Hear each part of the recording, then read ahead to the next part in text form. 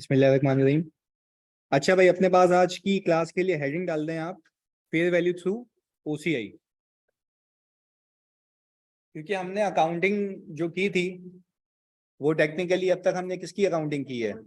Amortised cost की। आज हम देख लेते हैं कि भाई अगर हमें फेयर वैल्यू थ्रू ओसीआई पे रखना हो तो उसकी अकाउंटिंग क्या होगी।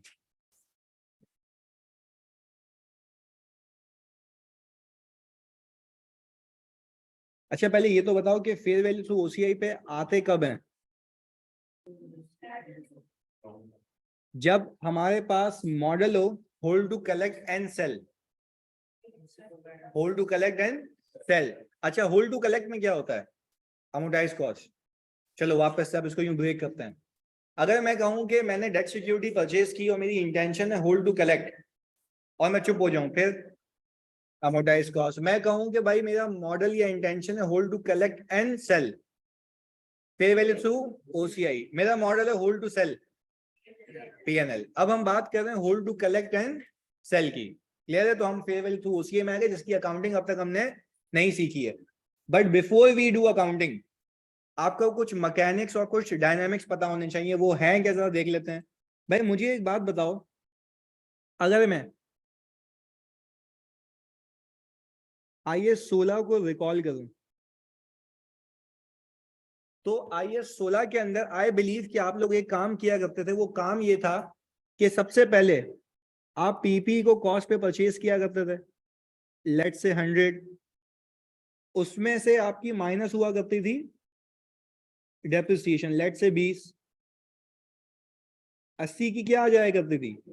Carrying amount. अच्छा, आप इस कैरिंग अमाउंट को उठा के लेके जाते थे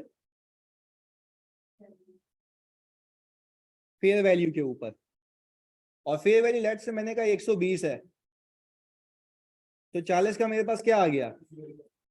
सरप्लस। यही है ना?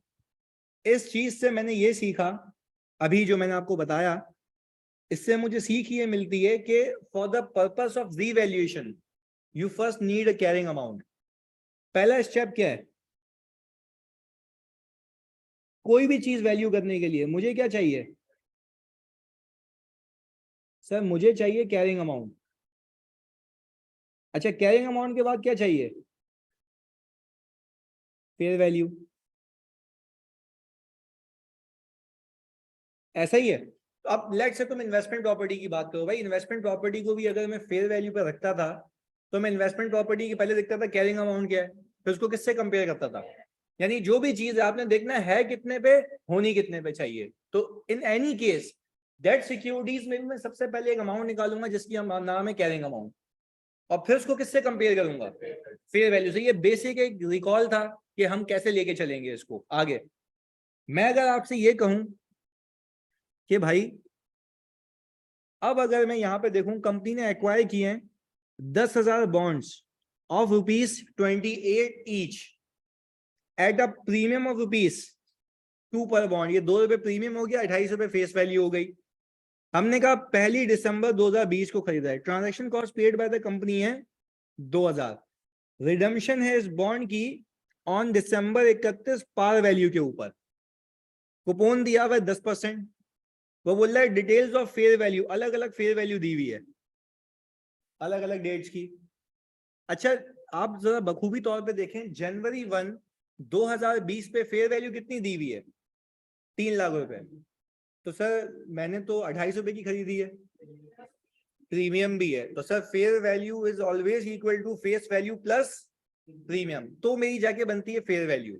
यहाँ तक क्लैरिटी है? ये आ गई मेरी फेयर वैल्यू। ऑनलाइन जल्दी बताओ, यहाँ तक क्लैरिटी है कि फेयर वैल्यू बिल्कुल सही कोड हुई हुई है, वो इंक्लूसिव ऑफ प्रीमियम है। वेरी गुड, आगे देखो। वो बोल ये रहा है कि भाई रिकॉर्ड करें above investment as investment at amortized cost. ये तो मुझे आता है ना सर, इस पे तो मैं टिक लगा रहा हूँ, टाइम जाया नहीं करना। हम कर भी सकते हैं इसको, पर खैर बाद में देखते हैं। फिर बोल रहे classify the same at fair value through assuming that IRR of the investment is 7.0057। Clear है? IRR ये कह रहा है। चलिए जी, हम दूसरे मॉडल पे चल रहे हैं, ये वाले पे, इसको शुरू करते हैं आज। अच्छा, वो कहता है ये कि जब आप फेयर वैल्यू थ्रू ओसीआई में ही है, तो आपने सबसे पहले करनी है इनिशियल रिकॉग्निशन। अच्छा, इनिशियल रिकॉग्निशन के लिए सबसे पहले आपको चाहिए बच्चों फेस वैल्यू। फेस वैल्यू 28 की है, 10,000 मैंने खरीदे, 280। सर इसके अंदर हम क्या ऐड कर देंगे? प्रीमियम। सर वो 2 रुपए पर बॉन्ड या डिवेंचर है, 20,000। 3 लाख को हम क्या कहेंगे? ये आ गई फेयर वैल्यू। ऐसा ही है सर, ये फेयर वैल्यू पहले दिन से मैच हो रही है, ये डे 1 पे। अच्छा भाई, फिर मैंने ये कहा कि सर आपने इस इन्वेस्टमेंट को पाने के लिए ट्रांजैक्शन कॉस्ट पे की है। ट्रांजैक्शन कॉस्ट कितनी पे की है? 2,000 रुपए की। हमने कहा कि सर मैंने ये पेड बाय द कंपनी है ना, हम ही तो है कंपनी। सही है, हम कौन से छोले बेच रहे हैं भाई? सही है। 302000, ये आ गया जी। अब मुझे एक बात बताओ, इसकी आपने जनवरी 1 2020 पे एक एंट्री बनाई होगी, इन्वेस्टमेंट डेबिट कैश क्रेडिट 302000 से। सर क्या मैं कह सकता हूँ ये मेरी कॉस्ट ऑफ इन्वेस्टमेंट है? अच्छा, अगर अमोटाइज कॉस्ट होती है तो कुछ अमोटाइज होता है, फिर बच जाती है अमोटाइज कॉस्ट, वो हमने सीखा हुआ है। अब आगे मैंने कहा कि सर अब आपके पास शेड्यूल बनता है एक, जिसमें आप कहते हैं आपके पास आती है ओपनिंग, कैश और क्लोजिंग। फिलहाल यहां तक रखते हैं, फिर आगे तुम्हें सिखाते हैं। मुझे एक बात बताओ, अब मुझे जो इस एसेट को रीवैल्यू करना है, मैंने अभी बताया था कि जस्ट लाइक पीपी आपको सबसे पहले क्या चाहिए होती है? Carrying amount. कैरिंग अमाउंट के बाद आपको क्या चाहिए होती है? Fair value. और फिर फेयर वैल्यू पे लेके जाते हैं। तो मुझे एक बात बताओ, सबसे पहले क्या अभी मैं रीवैल्यू कर सकता हूं या पहले उसको साल के आखिर में लेके जाऊं? पीपी डेप्रिशिएट होता है, ये अमोटाइज होती है। पीपी ये अमोटाइज होती है। तो सर मुझे एक बात बताएं, इफ आई एम इन 2020, अगर मैं 2020 की बात कर रहा हूं तो ओपनिंग है मेरा, अच्छा इसके ऊपर आईआरआर आप देखें 7.0057, 7.0057। मैंने यहां पे लिख भी दिया भाई 7.0057%, 21157। अच्छा भाई, कैश कितना मिलेगा? 28,000 रुपए 10% के हिसाब से। अच्छा, this plus this minus this 295157, यही है। अच्छा भाई, इसकी एंट्री अगर आप मुझे बनवाएं 31 दिसंबर 2020 की, तो आपने कहा सर कैश आ गया आपके पास 28,000 रुपए का,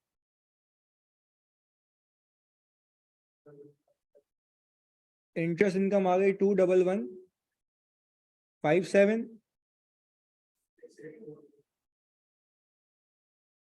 6843, ये आपकी इन्वेस्टमेंट आ गई, हो गई वो क्रेडिट। अच्छा, ये इन्वेस्टमेंट क्यों क्रेडिट हो रही है? अमोटाइजेशन है कितनी चीजों की? दो, एक आपका प्रीमियम जो आपने पे किया और दूसरा ट्रांजैक्शन कॉस्ट, ये दो चीजों की अमोटाइजेशन है। तो सर क्या मैं कह सकता हूँ ये closing is my amortize cost, closing is my amortize cost. पर sir I can safely say कि 295157 is also my carrying amount. ये नहीं है ये बात समझ। देखो, ओपनिंग अमाउंट थी, इतने से इन्वेस्टमेंट कम हुई, इतनी बच गई। तो जो मेरी क्लोजिंग है वही क्या है, कैरिंग अमाउंट है। अच्छा, अगर ये अमोर्टाइज कॉस्ट का मॉडल होता तो मैं अल्लाह की कसम कहानी बस आगे ले जाता, ये बैलेंस शीट में चली जाती। बट अब मेरा मॉडल अमोर्टाइज कॉस्ट नहीं है। अब मुझे इसको रखना किस पे, फेयर वैल्यू के ऊपर। तो जब मुझे फेयर वैल्यू पे रखना है तो मैं मार्केट में गया, मैंने देखा ओहो इसकी तो वैल्यू चल रही है 299,000, और मैंने आपको कल बताया था कि इंटरेस्ट रेट की फ्लक्चुएशंस की वजह से होता है। तो मैं ये करूंगा कि मुझे इसको 295157 पे रखना है या 299 पे। अच्छा सर 299 पे रखना है। जब मुझे 299 पे रखना है तो मुझे गेन मिल जाएगा 3843। ये गेन है फॉर द ईयर, ये गेन है फॉर द ईयर। तो सर क्या मैं आपसे ये पूछ सकता हूँ यहां से यहां पे जाने के लिए कितने का गेन बुक करूं, 3843 का। सर मैं यहाँ पे एक एंट्री बनाऊंगा,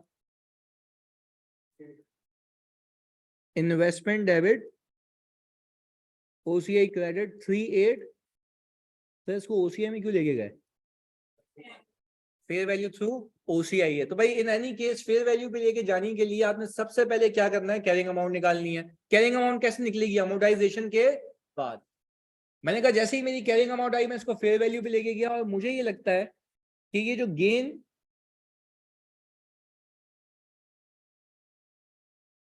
एजेड है ये भी 3843 है।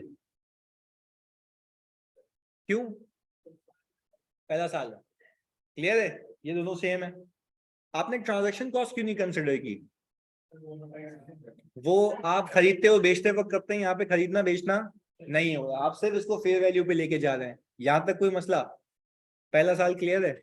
यानी सर अभी भी फेयर वैल्यूएशन आसान है यार, आपने क्या करना है, पहले साल के पहले दिन की चौरंगी को साल के आखिर में लेके आना है अमोर्टाइजेशन के बाद, और उसको किस पे लेके जाना है, फेयर वैल्यू पे। अच्छा, यहाँ तक कोई इशू, ऑनलाइन वालों प्लीज कंफर्म करो तो मैं आगे चलूं, जल्दी से बताओ। हाँ यही ना, अमोर्टाइजेशन की हो गई, ये रही 6843। देखो पहले 6843 से अमोर्टाइज किया, कैरिंग अमाउंट आ गई, उसको किस पे ले गया, फेयर वैल्यू पे, ये रहा फेयर वैल्यू पे ले गया। क्लियर है, ओके। अब सर यहां पे जरा एक चीज बतानी है। अब मुझे बताओ मेरी बैलेंस शीट के अंदर इन्वेस्टमेंट कितने पे आ रही होगी, 290, 29515 पे क्यों नहीं। हमारा मॉडल फेयर वैल्यू है, हमारा model amortise cost, amortise cost होता तो बाखुदा 2951557 पे आती है, मुझे कोई पंचायत नहीं होती। पर मुझे एक बात पता है कि भाई अब मेरी इन्वेस्टमेंट फेयर वैल्यू पे आ चुकी है, क्योंकि मैंने गेन भी बुक किया है 3843 का। अच्छा, अब मेरी इन्वेस्टमेंट तुम सब कह रहे हो 299 पे, ओपनिंग कितना आएगा, 299,000। यही सिखाना था, नहीं आएगा। फोकस होके सुनो, मैंने यहाँ पे एक लाइन ड्रॉ करनी है आपकी अंडरस्टैंडिंग के लिए। मैं कहता ये हूं कि मेरा जो यहाँ पे लेफ्ट वाला हिस्सा है, वो लेफ्ट वाला हिस्सा मेरा कॉन्ट्रैक्ट है, और राइट वाला हिस्सा मेरी फेयर वैल्यूएशन है। नहीं है ये बात समझ, वापस से सिखाते हैं। भाई मुझे ये लगता है मेरा लेफ्ट वाला हिस्सा कॉन्ट्रैक्ट है, किससे कॉन्ट्रैक्ट है, इशूअर से, वो फेयर वैल्यूएशन है। अब मैं आपको एक चीज सिखाता हूं, पहले मैं यहाँ पे अमाउंट लिख दूं बहुत फोकस के साथ। मैंने कहा हम आ गए 2021 के अंदर, मैंने यहाँ पे लिखा 295157। मैंने वापस से यही ओपनिंग रखा। मैं आपका जवाब दे रहा हूं कि क्यों, मैंने वाई का जवाब दे रहा हूं। पहले एक बात बताओ सारे बच्चे, क्या सारे बच्चे ये मानते हो कि 299,000 के अंदर, मेरी बैलेंस शीट के अंदर मैं बता भी देता हूं, मेरी बैलेंस शीट के अंदर इन्वेस्टमेंट आएगी 299,000, और मेरी इक्विटी के अंदर रिजर्व आएगा। पर एक बात मुझे आप समझाएं कि इस 299,000 के अंदर 3843 भी है, 2951 यही है, 295,157 भी है। अब जरा फोकस होकर मुझे इस बात का जवाब दो जल्दी से। अगर मैं 299,000 यहाँ रखता ना ओपनिंग में, तो आपको क्या नहीं लगता 299 के अंदर ओसीआई का गेन भी शामिल है, और ओसीआई पीएनएल में नहीं जाना चाहिए। मैं फिर रिपीट कर रहा हूं, अगर मैं 299,000 यहाँ रखता ना, तो ओसीआई के बैलेंस पे भी इंटरेस्ट लग जाता। जब ओसीआई पीएनएल में नहीं जा सकता, तो उसके ऊपर आने वाला इंटरेस्ट भी नहीं जा सकता। इसलिए आपको स्टैंडर्ड ये कहता है कि आपने अपने कॉन्ट्रैक्ट को अलग रखना है और फेयर वैल्यूएशन को पहले बताओ, यहां तक बात क्लियर है? चलिए जी, वापस से मैंने फिर रिपीट किया भाई। मैंने कहा कि क्या fair value through OCI model के अंदर सबसे पहले आपने कॉस्ट को कैपिटलाइज करना है, फिर उसको अमोर्टाइज करना है। अमोर्टाइजेशन कितनी हुई? 6843 की। आपने कहा अमोर्टाइजेशन के बाद कैरिंग अमाउंट कितनी बच गई? 295157 ये आ गई। आप इसको किस पे ले गए? फेयर वैल्यू पे। फेयर वैल्यू गेन कितना आया? 3843। फिर मैंने आपको कहा आपकी इन्वेस्टमेंट आ गई 299 पे। क्या मैं ये कह सकता हूं कि 299,000 is inclusive of your fair value gain, जो कि है 3843? अगर मैं 299,000 को इस ओपनिंग में रखता ना, तो मसला क्या था कि उसके ऊपर भी इंटरेस्ट लग जाता, जबकि ओसीआई के किसी भी चीज के ऊपर इंटरेस्ट पीएनएल में जाना, क्योंकि जब एक सेल्फ ओसीआई पीएनएल में नहीं जाता, तो उसके ऊपर आने वाला इंटरेस्ट भी पीएनएल में।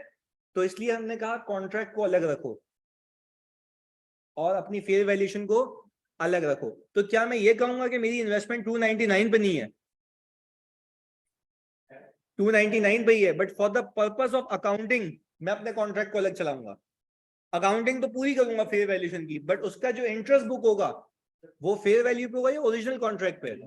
वेरी गुड, ओरिजिनल कॉन्ट्रैक्ट के ऊपर। पहले बताओ यहां तक बात क्लियर है? पक्का? आ जाओ जी आगे। अब मैंने कहा कि सर अब वापस से आप 295157 पे इंटरेस्ट बुक करें।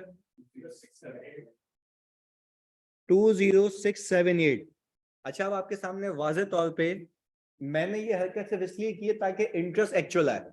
क्योंकि मुझे एक बात बताओ यार, तुमने जो आईआरआर निकाला है ना, उसके अंदर आपकी अमोर्टाइजेशन छुपी हुई है और एडिशनल कॉस्ट की अमोर्टाइजेशन है, जिसमें प्रीमियम भी है और ट्रांजैक्शन कॉस्ट भी है। अगर तुम उसके अंदर छेड़खानी करोगे तो वो तो चेंज हो जाएगा ना, जिसको चेंज होना नहीं चाहिए। तो इसलिए हमने कॉन्ट्रैक्ट को अलग चलाया, just for the sake of calculating interest income, ताकि उसका ओसीआई का कोई भी इंपैक्ट पीएनएल में ना जाए। अब आगे देख के बताओ मुझे। सर मैंने कहा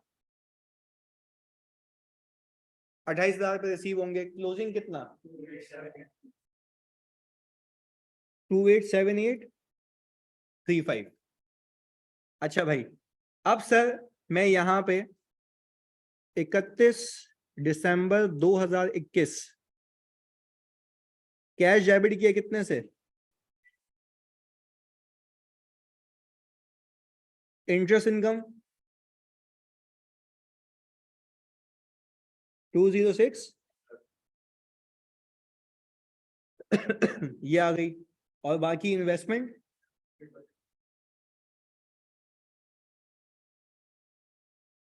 73।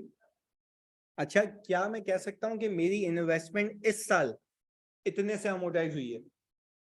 7322 से। तो सर हम यहाँ पे इसको लिख देते हैं कि ये है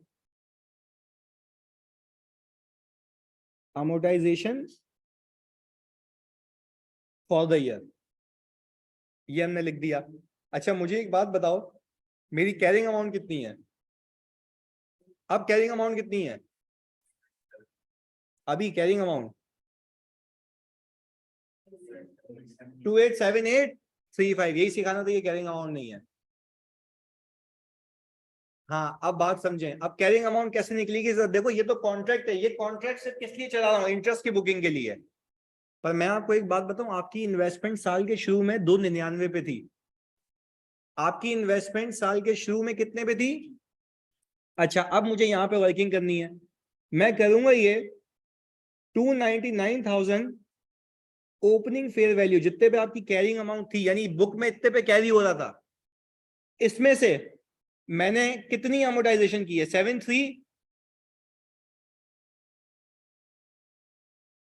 7322। मैंने कहा ये आपकी है अमोर्टाइजेशन।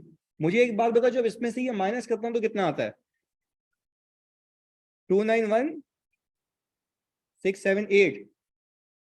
ओके जी, मैंने कहा 291,678। भाई अगर आपको यहां से भी करना है ना, आप कैलकुलेटर उठाएं, आप देखें कि ओपनिंग फेयर वैल्यू 299 थी, आप उस फेयर वैल्यू के अंदर ये इंटरेस्ट ऐड करें, ये कैश माइनस करें, तो you will arrive at carrying amount, तो you will arrive at carrying amount. यार खुद सोचो ना, आपकी इन्वेस्टमेंट साल के शुरू में कितने पे कैरी हो रही थी? 299 पे। अगर आप ये कह रहे हैं ना कि क्लोजिंग कैरिंग अमाउंट 287 है, तो आप फिर क्या ये रहेंगे साल के शुरू में कितने पे था? 295 समथिंग पे। जबकि मैं 295 समथिंग पे नहीं, तो मैं किस पे था? 299 पे। भाई ऑनलाइन वालों, यहां तक बात क्लियर है? जल्दी बता दो। हाँ जी, जी वापस से रिपीट कर देता हूँ। भाई मुझे एक बात बताओ, आपने जानी जब ये साल शुरू किया, करंट ईयर, दो सेकेंड ईयर जब शुरू किया, तो आपकी इन्वेस्टमेंट कितने पे कैरी हो रही थी? 299 पे। अच्छा, 299 पे कैरी होती, जिसमें से इन्वेस्टमेंट कम कितने से हुई? जैसे पीपी डेप्रिशिएट होता है, हाँ 7322 से। तो मैं ये कहता हूं ना कि जब मेरा पीपी भी डेप्रिशिएट होता है, तो last fair value minus depreciation for the year, तो मेरी क्या आ जाती है? Carrying amount. पर आप अगर इसको देख रहे हैं ना 29557 को, तो आप ये समझ रहे हैं कि मेरी इन्वेस्टमेंट कितने पे कैरी हो रही थी? 295 पे। जबकि ऐसा 295 तो मैंने सिर्फ इसलिए लिखा ताकि मैं कॉन्ट्रैक्ट के अंदर आने वाला इंटरेस्ट अलग से चला सकूं। अब अगर आपको कैरिंग अमाउंट देखनी है कितनी है, तो आप क्या करेंगे? कैलकुलेटर उठाएंगे, 299,000 रखेंगे, उसके अंदर क्या प्लस करेंगे? इंटरेस्ट, और क्या माइनस करेंगे? कैश, तो आपको मिल जाएगी कैरिंग अमाउंट। देखो करके ही आता है, नहीं आएगा डिफरेंस, सेम आएगा। 299,000 प्लस 20678 माइनस 28,000, यही आएगी। क्या? इसी का इंटरेस्ट ना, इसी का इंटरेस्ट आ गया। अच्छा देखो लॉजिक भी है ना, मैं कह रहा हूं मेरी देखो, अगर तुम ये कह रहे हो ना कि 287 पे, तो तुम फिर अज्यूम कर रहे हो कि साल के शुरू में तुम किस पे थे? 295 पे। जबकि ऐसा नहीं है। अच्छा अब तुम्हारे लिए और क्लैरिटी, क्या मैं कह सकता हूं कि ये जो क्लोजिंग आ रही है, क्लोजिंग, ये मेरी कॉन्ट्रैक्ट प्राइस है, ये क्या है? और मेरी carrying amount is something different. Contract अलग है और मेरी कैरिंग अमाउंट। तो मैं अकाउंटिंग के पर्पस के लिए कि मेरा इंटरेस्ट सही कैलकुलेट हो, मैं कॉन्ट्रैक्ट को अलग चला रहा हूं और अपनी अकाउंटिंग को अलग चला रहा हूं। बात क्लियर है? यानी सर एक बात बताऊं मजे की, अगर फेयर वैल्यू थ्रू ओसीआई का सवाल आ जाए ना अमोर्टाइज कॉस्ट के साथ, आपके दोनों सवाल दस्ती हो जाएंगे, क्योंकि अमोर्टाइज कॉस्ट का शेड्यूल तो वैसे ही बन जाएगा, खाली इसमें क्या चीज करनी है? ओसीआई की एडिशन करनी है, दैट्स इट, बाकी कोई मसला नहीं है। अच्छा अब आगे, क्या मैं कह सकता हूं कि मुझे अब इसको फिर से फेयर वैल्यू पे लेके जाना है? अच्छा अब मेरी फेयर वैल्यू कितनी चल रही है? 283,400। मैंने कहा कि भाई मैं आ गया 283,400। हाँ जी, 82, क्या लॉस है? Very good. तो ये एजेड पे कितना आ गया? 4435 का लॉस आ गया। यानी पहले अक्यूमुलेटेड प्रॉफिट था, अब अक्यूमुलेटेड लॉस है। अच्छा भाई, तो हमने ये किया कि ओसीआई को किया डेबिट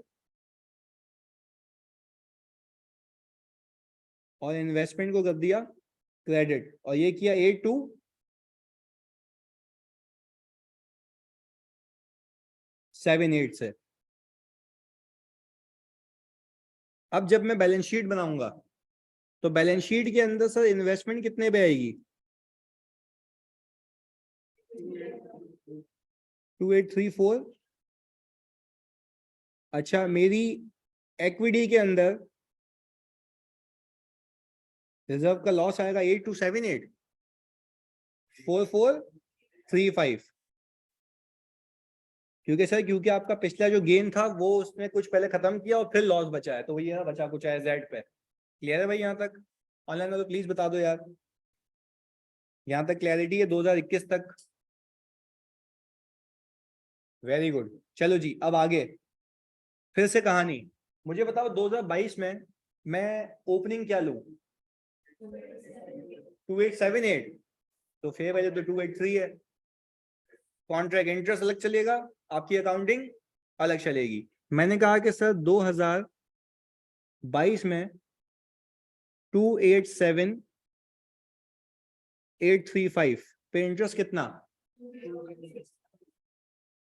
20,165। अमोटाइजेशन एक्सपेंस नहीं आएगा हसीब, अमोटाइजेशन एक्सपेंस ये था ना 7322 क्या था अमोटाइजेशन एक्सपेंस, तो ये हमने यही तो बुक किया था। ये बुक करने के बाद आप फेयर वैल्यू करते हैं। यानी देखो एक बात याद रखो, पीपी में फेयर वैल्यू मॉडल होता भी है तो क्या तुम लोग डेप्रिशिएट नहीं करते? तो पहले डेप्रिसिएशन होता है, कैरिंग अमाउंट आती है, फिर किस पे लेके जाते हैं? फेयर वैल्यू पे। यहाँ पे भी यही है, पर यहाँ पे डेप्रिसिएशन की जगह क्या है? अमोटाइजेशन है। अब हसीब देखो, तुमने ये बात गलत की। हसीब कह रहे हैं सर अमोटाइजेशन पीएनएल में नहीं आएगी। आई बिलीव कि वो इंटरेस्ट में नेट हो जाती है। ये तो मैं पहली क्लास से सिखा रहा हूँ। क्या अमोटाइजेशन अलग से दिखती है या आईआरआर में नेट हुई हुई होती है? तो बच्चों जब आईआरआर में नेट हुई हुई होती है तो वो टेक्निकली मेरी इंटरेस्ट इनकम को ऑलरेडी कम करके बैठी होती है। तुमने वापस से बुक किया तो कितनी बार? 2 बार हो जाएगी। क्लियर है हसीब? ये तो मैंने बताया भाई जानी। अच्छा ये आ गया 28,000 रुपये, 280। अच्छा जी, बहुत फोकस तो सुकून और तामुल से देखिएगा। पहले मैं यहां आ गया 31 दिसंबर 2022 पे। ऐसा ही है, 31 दिसंबर 2022 पे मैंने कहा भाई मुझे कैश मिलेगा 28,000 रुपये का। Interest income 20,165 7835। क्या मैं कह सकता हूँ ये अमोटाइजेशन है फॉर द ईयर? अच्छा अब मुझे कोई तुम में से ये बता दे, मेरी कैरिंग अमाउंट 280 है? नहीं, 2755। अच्छा ये आपने ऐसे निकाली कि 283 400 में से आपने माइनस किया 7835। तो सर यहाँ पे करके भी लिख देते हैं ताकि याद रहे। ये अमाउंट ऐसे आई है आपकी 283 400 माइनस 7835, यानी जो भी जिस पे कैरी हो रहा था उसमें से डेप्रिसिएशन या अमोर्टाइजेशन माइनस करो तो ये कैरिंग अमाउंट बच गई। अच्छा अब एक लॉजिकल चीज आपको बतानी है ताकि आपके कॉन्सेप्ट क्रिस्टल क्लियर हो जाए और मार्केट के डायनामिक्स समझ आ जाए। इधर देखना प्लीज, फोकस, सारे काम बंद, खाली मेरी बात सुनो तुम लोग। एक मार्केट की डायनामिक्स बताने लगा हूं, सुनना। मेरा ये मानना क्या है, ये हकीकत है कि जब आप मेच्योरिटी पे पहुंच जाते हैं ना, तो मेरा कहना यह है और आपका लिखना यह है कि मेरे पास कोई एडिशनल गेन कमाने का पोटेंशियल नहीं बचता। बात समझें, मैंने 3 साल के लिए सिक्योरिटी खरीदी थी। अगर 3 साल पूरे हो गए तो क्या मुझसे कोई ये महंगी खरीदेगा या अब ये सिर्फ रिडीम होगी? खुद सोचो भाई। अब तीसरे साल का आखिर आ गया। अब जिस कंपनी के पास ये जाएगा ना, वो बोलेगा भाई मैं तेरे को महंगा क्यों, अभी तो रिडम्पशन का टाइम है, मैंने तो जितना वादा किया था उतने पैसे दूंगा। तो कहने का मकसद यहाँ पर यह है कि ऐसा हो सकता है कि एग्जामिनर तुम्हारे दिमाग के साथ खेले और तुम्हें मेच्योरिटी की फेयर वैल्यू नहीं बताए। मेरा मानना यह है कि मेच्योरिटी की fair value is equal to redemption value. Maturity की fair value is equal to redemption value. भाई कैसे? मुझे एक बात बताओ। पहला साल 3 साल की सिक्योरिटी है, पहले साल में क्या हुआ? इंटरेस्ट फ्लक्चुएट हुए। मैंने कहा किसी बंदे को 2 साल के लिए चाहिए होगी, उसको चिपका देता हूं, महंगी चिपका देता हूं, तो फेयर वैल्यू को गेन मुझे मिल सकता है। मैं दूसरा साल गया, टाइम और कम हो गया। मैं तीसरा साल आया तो टाइम कुछ कम हुआ या खत्म हो गया? भाई जब टाइम खत्म हो गया तो कोई मुझे बोलेगा भाई मैं पागल हूं तेरे से खरीदूंगा, वैसे तो सिक्योरिटी का टाइम भी खत्म हो गया और अब सिर्फ क्या होगी? रिडम्पशन। और रिडम्पशन क्या कम ज्यादा होगी? उतने पे जितने पे एग्री हुआ है। तो कहने का मतलब यह है कि रिपोर्टिंग डेट के ऊपर जब खत्म हो जाएगा सब, यानी रिपोर्टिंग डेट मतलब मेच्योरिटी डेट, मेच्योरिटी के ऊपर आपकी रिडम्पशन वैल्यू और फेयर वैल्यू क्या होती है? अच्छा रिडम्पशन वैल्यू लाजमी नहीं है पार पे, वो प्रीमियम पे भी हो सकती है, पर वो एग्रीड होगी। ऑनलाइन वालों तुम सब ये बात क्लियर हो रही है? अच्छा इस सवाल में भी देखो, इस सवाल के अंदर 280 और ऊपर क्या लिखा हुआ था? रिडम्पशन किस पे? पार वैल्यू पे। और हमारी फेस वैल्यू कितनी थी? 280। तो मैं यही तो बताना चाह रहा हूँ कि नहीं भी बता तो तुम्हें पता होना चाहिए कि आखिर में fair value equal to redemption value. तो मुझे एक बात बताएं कि सर अब अगर मैं यहां पे 280 लिखूं तो क्या मैं एक और लॉस बुक करूं या गेन? गेन बुक करूं। 4435 गेन। ये कितना हो गया? 0। अच्छा आप जरा मजे की बात देखें, इधर मैंने यहाँ किया 4435 इन्वेस्टमेंट हो गई डेबिट और ओसीआई क्रेडिट। आप जरा यहाँ पे गेम देखें, हुआ क्या, 3 सालों में जो गेन लॉस बुक किया था ना, सब जीरो हो गया। यानी मेरे पास सिर्फ वो कमाई जेब में आई जो मैं कमाना चाहता था अगर मैं इसको रखता अमोटाइज कॉस्ट पे। आप देखो ये मॉडल बना कैसे, तुम जरा इसकी लॉजिक और मंतक को समझो। मैं सिर्फ यहाँ पे पढ़ा के निकल नहीं आया, लॉजिक भी बताने आया। इसको देखो, अगर तुम इसको अमोटाइज कॉस्ट पे रखते तो क्या वो वाली चौरंगी होती या सिर्फ ये होती? सिर्फ ये होती ना। आप खाली इसका सम करें, इन तीनों का सम करें, इंटरेस्ट इनकम का, बस जो 3 साल में कमाना चाहिए था वही कमाएंगे, इससे ऊपर नीचे कुछ भी नहीं होगा, बस जीरो हो जाएगा। क्यों? क्योंकि इसकी लॉजिक है कि एडिशनल गेन कमाने का कोई पोटेंशियल नहीं होगा, जीरो हो जाएगा। जो कुछ कमाया नहीं है, फिर सिर्फ उतना कमाया जो मेच्योरिटी तक कमाना था, वो ये आ गया। कितना आ रहा है इसका टोटल? याद है? अच्छा, पर अगर मैं यहाँ पे असेसमेंट करूं जो मैंने तुम्हें सिखाई हुई है, तो क्या एक बात मानते हैं कि अगर मैं 280 पे 10% फॉर 3 इयर्स कितना आता है? 80। ये तो मेरी नॉर्मल इनकम है, 84,000 क्या है जानी मेरी नॉर्मल इनकम है। इसको कमाने के लिए मैंने प्रीमियम पे किया है, कितने का? तो सर ये तो 64 हो गया। कितनी आ गई? क्या ये मैच है? तो सर यही तो सिखाना चाह रहा था मैं कि अगर investment at fair value through OCI रखी हुई हो तो मना नहीं, आप रखें। और अगर आप इसको आखिर तक ले गए, क्योंकि वहां पे मॉडल यही होता है, hold to collect and sell. अगर आपने नहीं बेचा तो कोई मसले वाली बात नहीं है, आपका मॉडल वो था। आप जब उसको आखिर तक लेके गए तो आप यकीन करें कि आपके पास आपके पूरी अकाउंट्स के अंदर कोई भी एडिशनल गेन या लॉस नहीं बचेगा, सब क्या हो जाएगा? जीरो। क्योंकि वो मेच्योरिटी पे आते आते आते आते उसके जितने एडिशनल गेन कमाने के पोटेंशियल होते हैं वो क्या हो जाते हैं? जीरो। तो टेक्निकली आप वही घर लेके जाते हैं जो लेके जाना चाहिए। बात समझ आई? यानी this will be equal to your amortized cost, तो आपको कोई टेंशन वाली बात नहीं है। कॉपी कर लिया था आपने साथ साथ, या करेंगे? बाद में करोगे ऑनलाइन वालों, आप बता दो भाई। अच्छा, इसमें खाली ये कर लो कि पैसे ले आओ बस इस एंट्री के बाद। कैश डेबिट, इन्वेस्टमेंट हो गई क्रेडिट 280 से। हाँ, जब आखिरी साल होगा तो मेरी इन्वेस्टमेंट किस पे आ जाएगी? जीरो पे, क्योंकि मैं अपने पैसे ले आया वापस। सही है जी? हाँ भाई, ये तो तुमने बना लिया ना ये वाला चार्ट, ये याद दहानी के लिए आपकी। ओके, अब एक सर प्रश्न कर लेते हैं।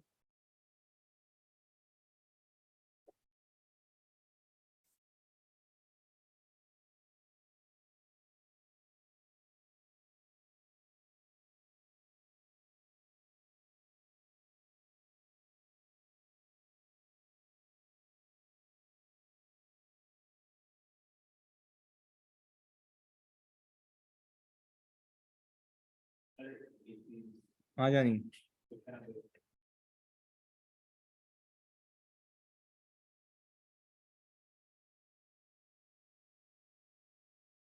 हाँ जी, आपका अपना क्वेश्चन दिखा दूं? ओके,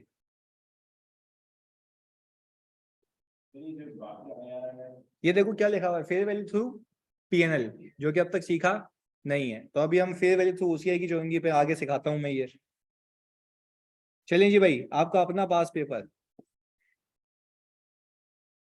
मैं इसमें कुछ नहीं बताऊंगा, आप जरा खुद सोचें, समझें, असेस करें और देखें कि आपसे कितना हो पाता है। और आप होपफुली देखो, इतना मैंने तो पता नहीं क्यों इतना तुम्हें ज्यादा करा दिया। ये सिर्फ बोलता है 1 साल की एंट्री बना के दो, खाली रिक्वायरमेंट को रीड करेंगे। Prepare journal entries for the year ended 30 जून 2019। सही है जी? और खरीदा कब है? 1 जुलाई 2018 को। यानी बोल रहा है कि 1 साल की एंट्री बना के दो और कट लो यहाँ से, नंबर मिल गया आपको। सही है जी? पर बहुत इजी है। आप पहले देखो, जब अमोर्टाइज कॉस्ट करोगे ना तो बाकी भूल जाओ, और जब फेयर वैल्यू थ्रू ओसीआई करोगे तो पिछला भूल जाओ। सही है जी, ऐसा नहीं कि दोनों ही कटा दो। हाँ हाँ, तो अब जल्दी से अकाउंटिंग पहले करके बताओ। पर ये फेयर वैल्यू टू पीएनएल है ना दूसरा, आपसे मुझे अमोर्टाइज करके दिखाओ पहले फेयर वैल्यू टू पीएनएल, क्योंकि अभी हमने किया नहीं है। आप सिर्फ अमोर्टाइज कॉस्ट से करके दिखाएं प्लीज इसको।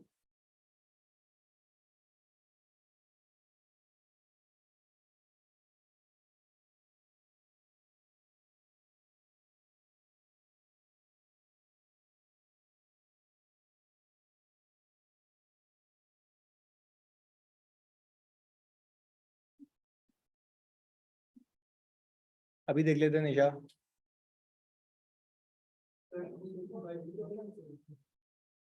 Interest income amortization for the year, अभी देख लेते हैं, बस ये कर लें। हाँ एक ही साल है तो हो सकता है आराम से। अच्छा भाई, ये बच्चा कह रहा है हमारा कि भाई कैश डेबिट हुआ 55,000 रुपए से, इनकम आई 49,780 से, और इन्वेस्टमेंट क्रेडिट हो गई है 5,220 से। बस यही था, खत्म हो गई कहानी।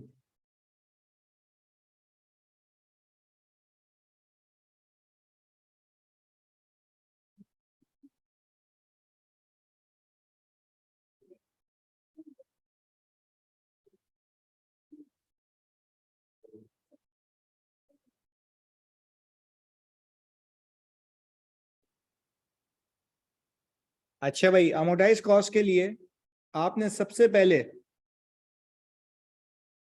फेस वैल्यू कितनी है इसमें टोटलिटी में? 5 लाख रुपए। अच्छा, ट्रांजैक्शन कॉस्ट आपकी कितनी है?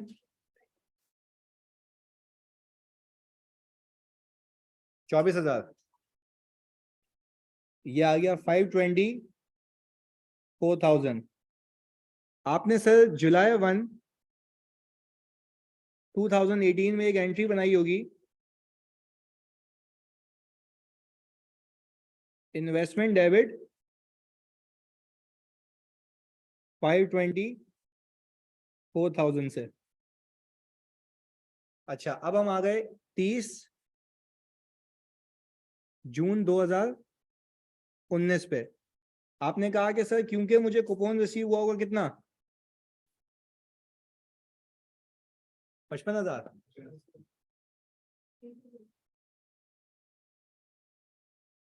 इंटरेस्ट इनकम 49780, और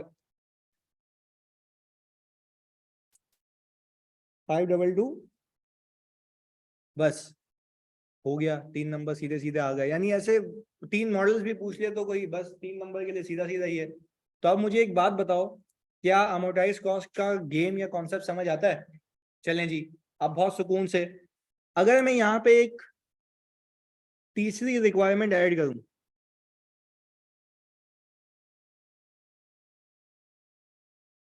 फेयर वैल्यू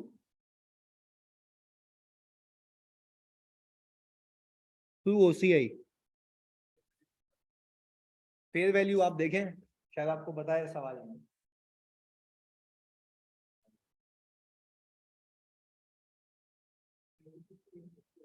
हाँ देखो ना, around 30 June the debentures were coated on Pakistan stock exchange.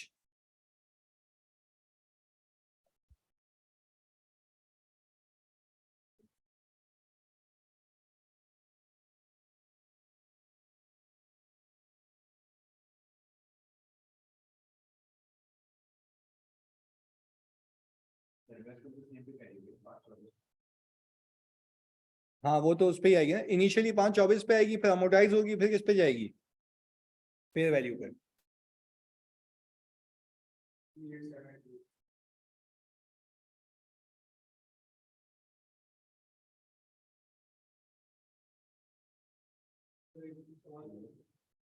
एक मिनट।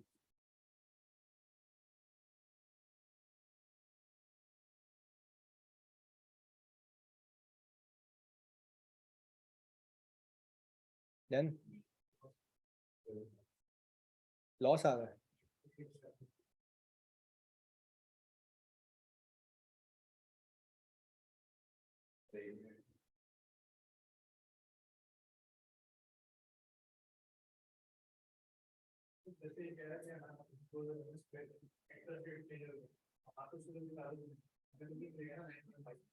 क्या कह रहे हैं?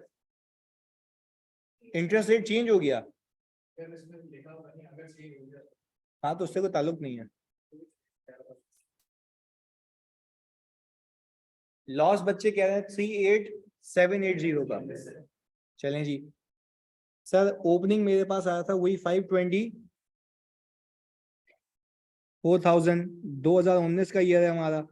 इंटरेस्ट आ गया 49780। कैश कितना? क्लोजिंग 518,780। सर पहले साल कैरिंग अमाउंट भी होगी 518,780। फेयर वैल्यू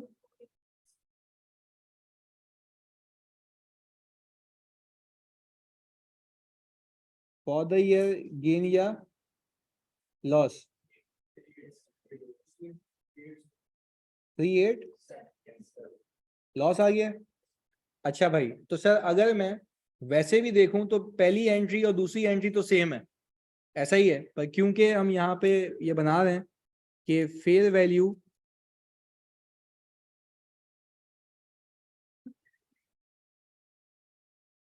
थ्रू ओसीआई, तो सर हम यहाँ पे बोलेंगे कि भाई सबसे पहले जुलाई 1 के ऊपर इन्वेस्टमेंट डेबिट हुई, कैश क्रेडिट हो गया 524,000 से। अच्छा, एग्जाम में अगर वो तीनों की अलग अलग एंट्री बनाने को बोले ना, तो ऐसे नहीं कि रेफर अबव, क्या बोले ऊपर देख ले जाके 2 एंट्री बनाई हुई, तीसरी ये बना के दे रहा हूँ, तीनों बना के आनी है। हाँ हाँ, शेड्यूल एक बना सकते हो, वो वर्किंग है, पर वो एंट्री मांग रहा है, तुम बोल रहे ऊपर जाके देख ले, बाकी 2 वही है, तीसरी है, तो ऐसे नहीं करना खुदा के वास्ते।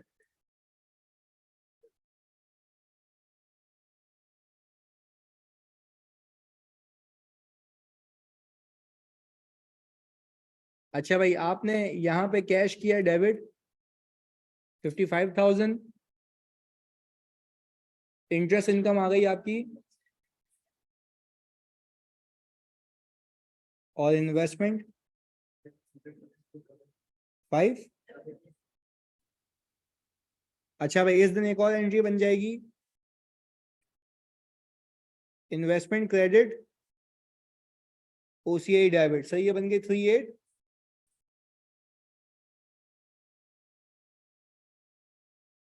हाँ भाई, ये क्लियर है, पक्की बात है। चलें जी सर, ये तो हो गया एक पास पेपर आपका।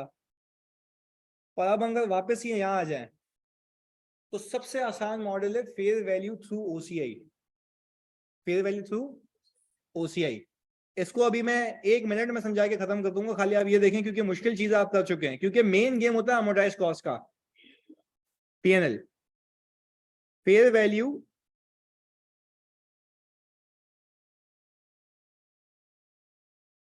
थ्रू पीएनएल, और फिर इस पास पेपर को भी कर लेना तो सुकून आ जाएगा। इधर देखना भाई, मैंने ये कहा फेयर वैल्यू थ्रू पीएनएल के अंदर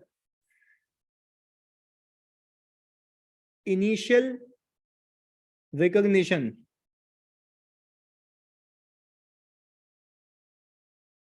किस पे होती है? ओनली फेयर वैल्यू पे। क्यों? ट्रांजैक्शन कॉस्ट क्या हो जाती है? एक्सपेंस आउट हो जाती है। आई थिंक ये हमें बात इक्विटी सिक्योरिटीज में भी पता थी, क्योंकि प्रीमियम तो है ना, फेयर फेयर वैल्यू के अंदर तो यानी प्रीमियम तो है ना, फेयर वैल्यू के अंदर प्रीमियम तो है। तो ये पूरा लिख लेते हैं यहाँ पे, पता चले बच्चा समझे कि फेस वैल्यू है, only fair value inclusive of premium. जब भी मैं फेयर वैल्यू कहूंगा, या तो डिस्काउंट होगा या प्रीमियम होगा, वो अपनी जगह है। हम तो बात कर रहे हैं किसकी? ट्रांजैक्शन कॉस्ट की, वो क्या हो जाएगी? Expense out. अच्छा, अब एक लॉजिकल बात करने लगा हूं, होपफुली तुम पिक कर जाओगे इसको। इधर देखना जरा, मुझे ये लगता है कि जब मैं अमोर्टाइज कॉस्ट की बात करता हूं और ओसीआई मॉडल की बात करता हूं, या ये प्लीज बहुत फोकस से देखना, एक चीज समझानी है। अमोर्टाइज कॉस्ट की या ओसीआई की बात करता हूं जब मैं, तो मेरे आईआरआर के अंदर, सही है जी, प्रीमियम कॉस्ट भी होती है, ऐसा ही है।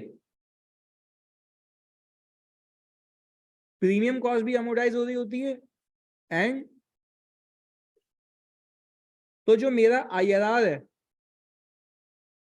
वो कम हुआ हुआ होता है। किस वजह से?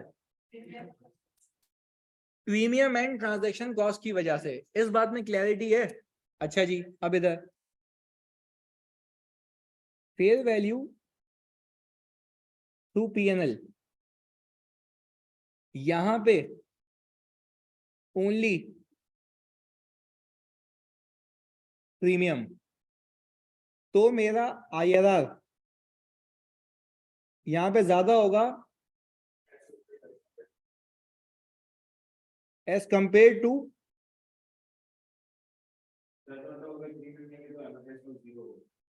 यस। अगर प्रीमियम नहीं है तो अमोर्टाइज कॉस्ट कुछ भी नहीं होगी। पहले बताओ ये बात समझ आ रही है?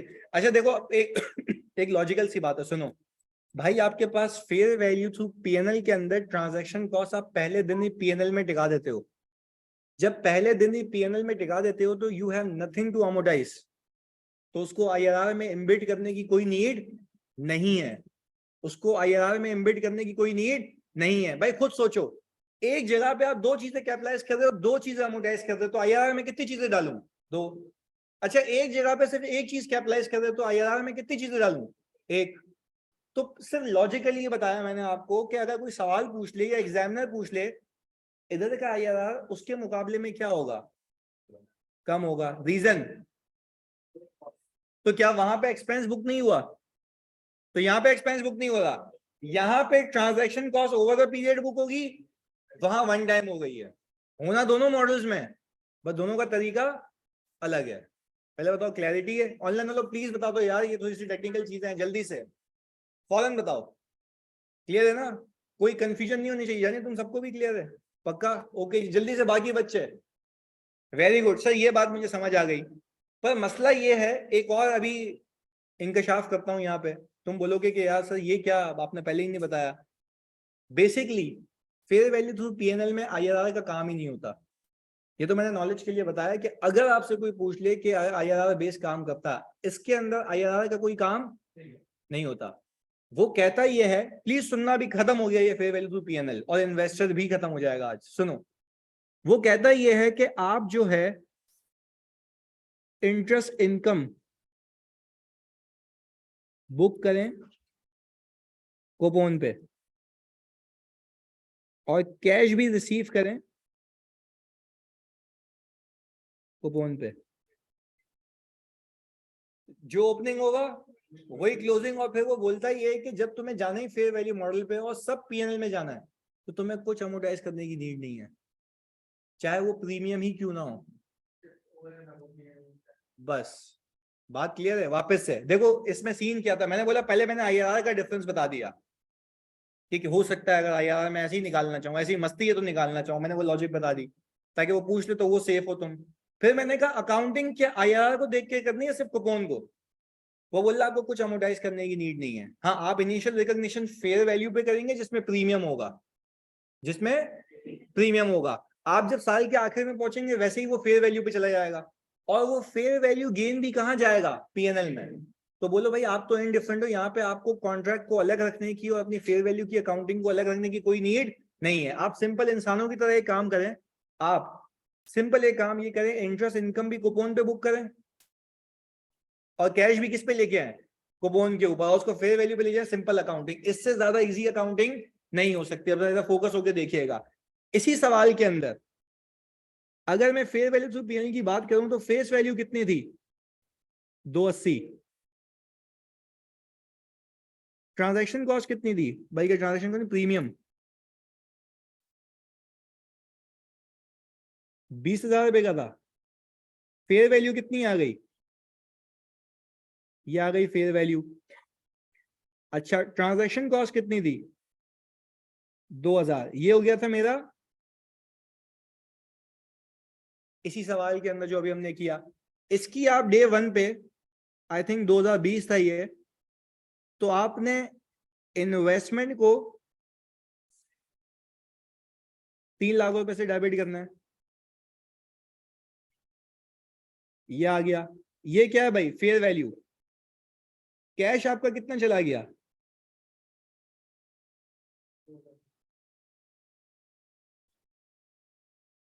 कितना आ गया जी? अच्छा, बाकी मॉडल्स में और इस मॉडल में पहले दिन का फर्क ये है कि वहां पे ट्रांजेक्शन कॉस्ट क्या होती है, कैपिटलाइज होती है, और यहाँ पे एक्सपेंस आउट। बाकी चीजें सेम है। अच्छा भाई, अब मैं आ गया जल्दी से यहाँ पे ओपनिंग, इंटरेस्ट, कैश और क्लोजिंग। अच्छा भाई, 2020 की बात हो रही है, ओपनिंग कितना है?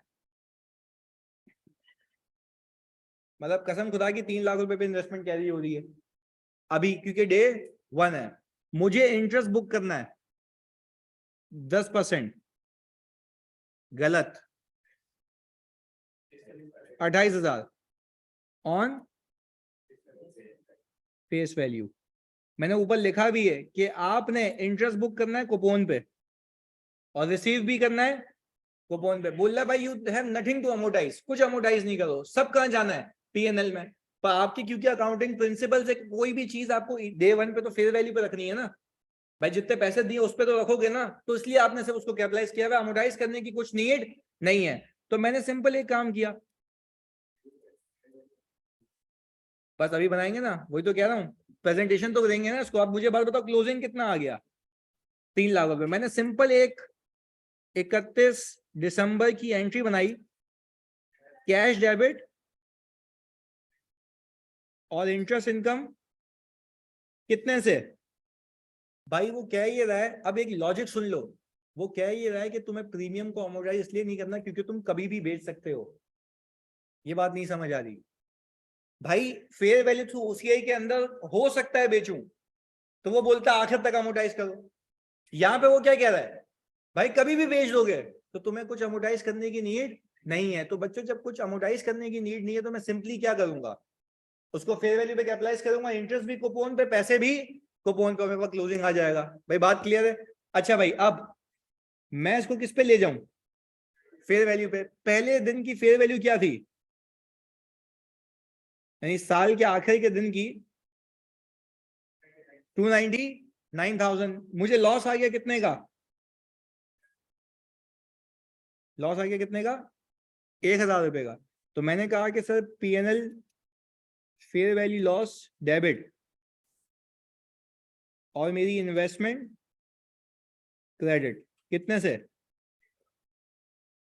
1,000 रुपए से।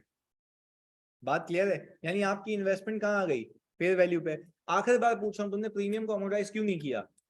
कभी भी बेच सकते हैं, जो कि इस केस में मैंने बेचा नहीं है। तो अच्छा, फिर इसके पिछले वाले केसेस में अमोर्टाइज करना है?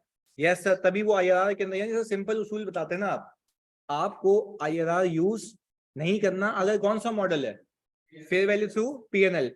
और ये जो मैंने आईआरआर दिए मैंने ये दिए हुए कंफ्यूज करने के लिए, ये सारे, इसका कोई यूजेज नहीं है। बात क्लियर है?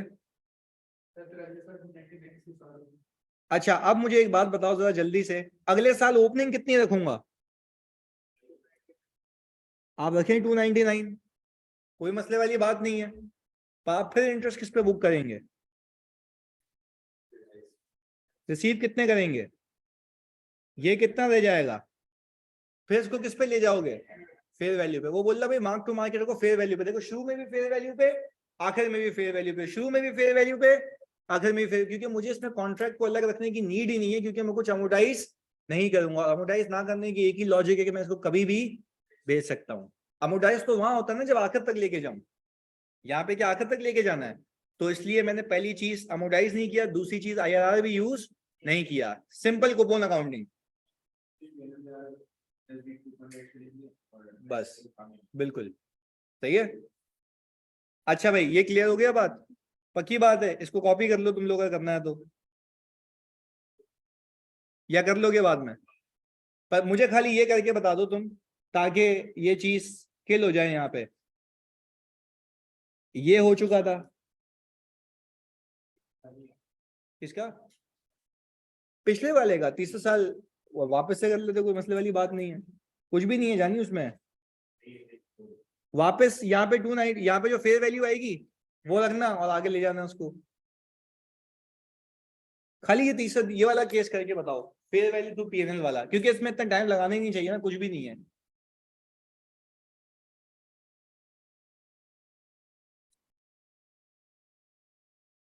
शहीर और इकरा, उषा क्लियर है बात? फरा जल्दी बता दो। अच्छा, इसमें तुम अभी मुझे बात बताओ कि रेट कौन सा यूज करोगे इनकम के लिए? पक्का 9.5 क्यों नहीं?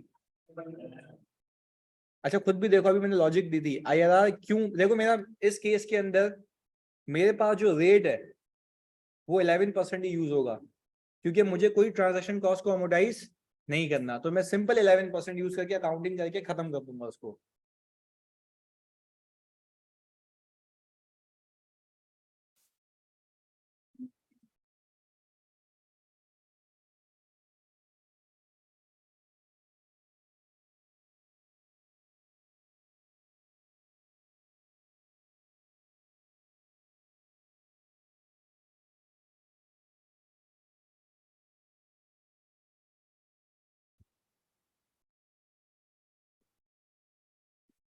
अच्छा, फेस वैल्यू कितनी है?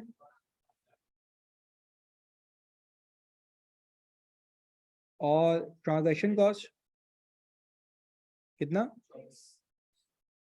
24,000। ये आ गया 524,000।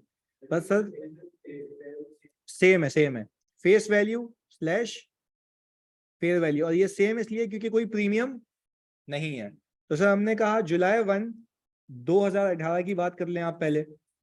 आपने यहाँ पे इन्वेस्टमेंट को डेबिट किया, कैश को क्रेडिट किया, और ट्रांजैक्शन कॉस्ट एक्सपेंस आ गया 24,000 रुपये, और ये आ गया 524,000 पहले दिन की एंट्री है। अच्छा भाई, जब मैं 30 जून 2019 को आया तो हमने कहा कि सर यहाँ पे ओपनिंग आपने कितना रखा? अच्छा, ये तो किस्मत से ये फेयर वैल्यू और फेस वैल्यू क्या है, इक्वल है, तो इसी पे रेट लगा दो, वरना हमेशा किस पे लगेगा, फेस वैल्यू पे। तो आपने इंटरेस्ट बुक करना है, कूपन से कितना परसेंट था? 55,000। कैश कितना? और क्लोजिंग ये आ गया 5 लाख सेम। फेयर वैल्यू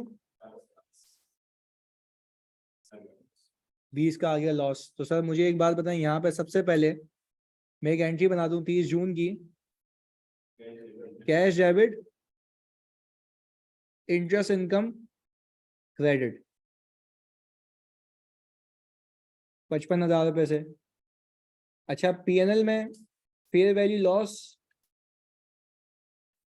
और सर मेरे पास इन्वेस्टमेंट हो गई कितने से भाई? 20,000 रुपये से। क्लियर है भाई? यहाँ पे खत्म होता है हमारा इन्वेस्टर। यानी सर अगर मैं ओवरऑल बात करूं, जब हमने इन्वेस्टर को शुरू किया था तो इन्वेस्टर कितने तरीकों की सिक्योरिटी में इन्वेस्ट कर सकता है? 2 तरीके की, पहला, दूसरा डेट सिक्योरिटीज। अच्छा, अगर मैं इक्विटी सिक्योरिटी को खरीदूंगा, मैं बोलूं मुझे स्ट्रेटेजिकली रखना है, fair value through OCI, initial recognition किस पे होगी? Fair value plus transaction cost. अच्छा, इक्विटी सिक्योरिटीज में अगर फेयर वैल्यू थ्रू PNL तो इनिशियल रिकॉग्निशन फेयर वैल्यू पे, ट्रांजैक्शन कॉस्ट को कंसीडर करूंगा खरीदते और बेचते वक्त।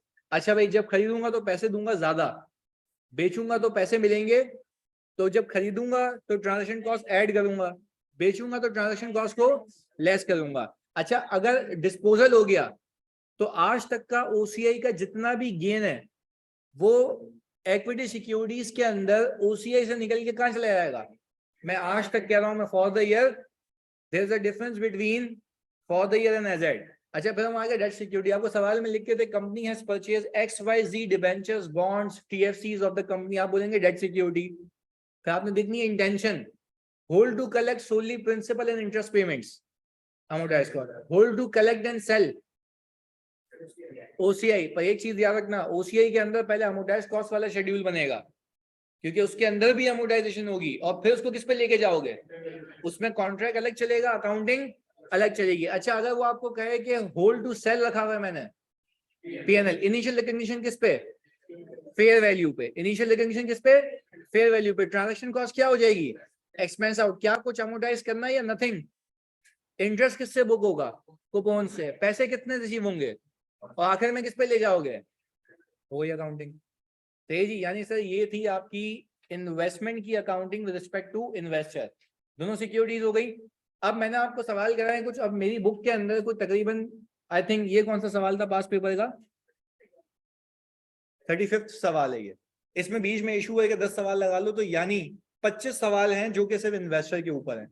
हमने उसमें कुछ 11 किए होंगे, तो बाकी आपके होमवर्क के सोल्यूशन में दे दूंगा। सही है जी, अगेन एंड अगेन पागल हो जाओ करते रहो उसको रिपीटेटिवली, ताकि आपका हाथ उस पर साफ हो जाए। सही है जी, पास पेपर अभी हमें करना है। हमने सिर्फ अभी कितने पास पेपर किए हैं? 2, एक सीए फाइनल का और एक ये वाला। सही है जी, मिलते हैं अगली क्लास में। अल्लाह हाफिज।